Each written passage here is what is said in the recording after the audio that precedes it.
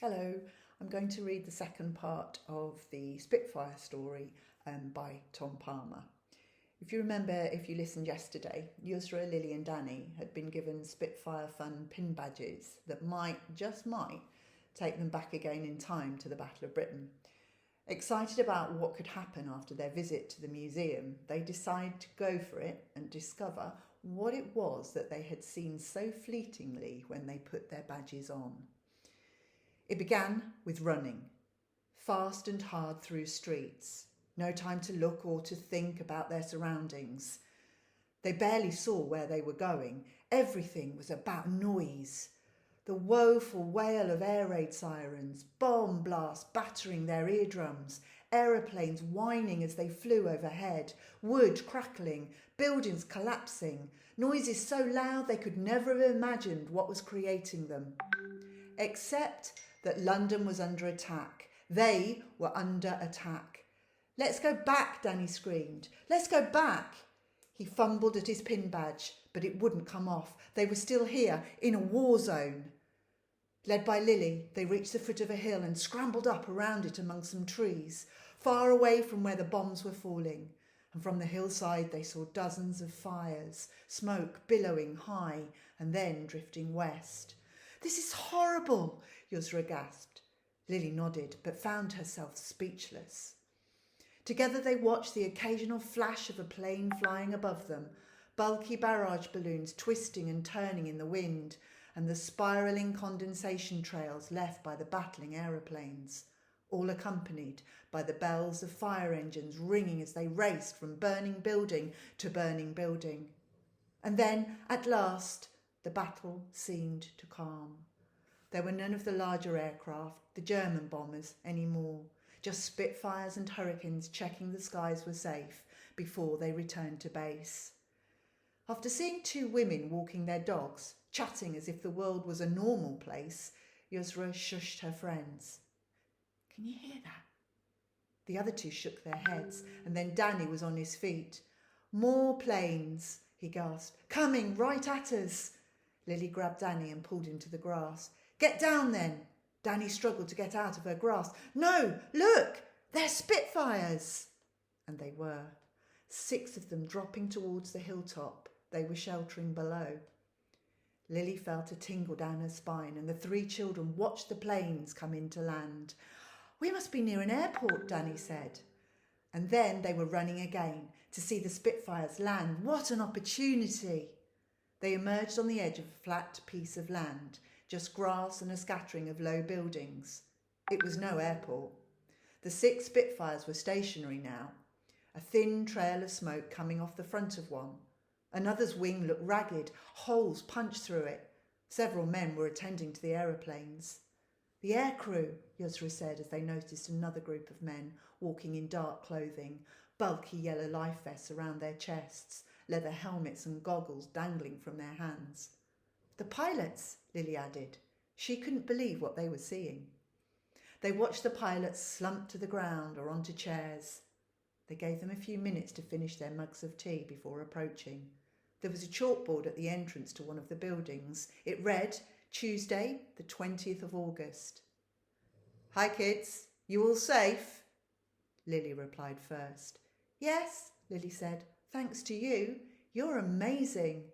She felt a rush of emotion and struggled to hide it. The pilot smiled. "You're welcome. It's a thankless task." "No," Danny objected. "We say thank you. Everyone loves you. You're saving the country." Another pilot piped up now. "Well, I'm not sure we are. Will we save the country? I don't know. Hitler's planning to invade, maybe within days." The first pilot told the other to be quiet. "He's grumpy," he whispered to the children. "He got one in the wing." Yusra stepped forward to speak to the second pilot. She remembered what she had read on one of the information boards back at the RAF museum.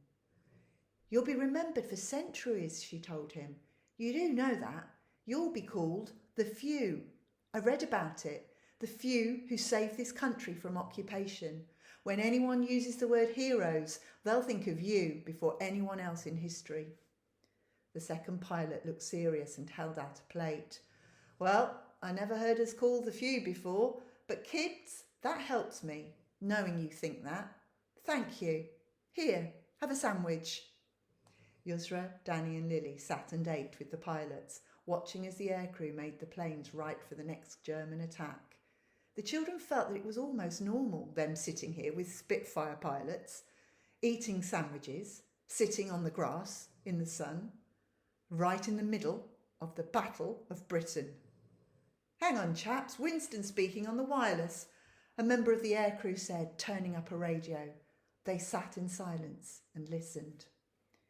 The gratitude of every home in our island, in our empire, and indeed throughout the world goes out to the British airmen who, undaunted by odds, unwearied in their constant challenge and mortal danger, are turning the tide of the world war by their prowess and by their devotion. Never in the field of human conflict was so much owed by so many to so few. The few, the second pilot gasped. That's what you said. He was staring at Yusra. Just now. How did you know before Mr. Churchill had even said it? The pilots were standing looking at the children. Lily, Danny and Yusra felt suddenly nervous. The first pilot took it on himself to be spokesman and to calm them. Well, however you knew that, children, we want to say thank you. You've given us a boost. Next time we go out, we'll fight all the more fiercely for you. We need to know that you're aware of what we're doing up there, and we need more funds to build more Spitfires, so thank you. Their Spitfire badges off after the pilots had headed back to their tents for a rest. The three children found themselves back at the RAF Museum, London, in front of a display, and behind the glass was a document labelled a card of honour with 6 one-penny stamps on it. Wow, that's 6 pennies, enough to buy a spark plug. Amazing! So this was used right here to raise money for the planes that would fly from here, like the pin badges. But you heard what the pilot said before, Lily asked, that people in the rest of the country need to help too. Well, we need to do something then. But what? And where? Yusra pulled out her phone and started to text her dad. What are you doing? Lily asked.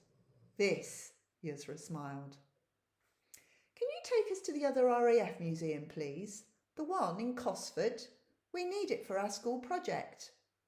Sure, came the quick reply. Now we can see the plaque that was put up for real, Danny said, and do something to help them raise money for enough Spitfires to protect everyone, Yusra added. Before it's too late, Lily concluded. Find out more in part 3 tomorrow.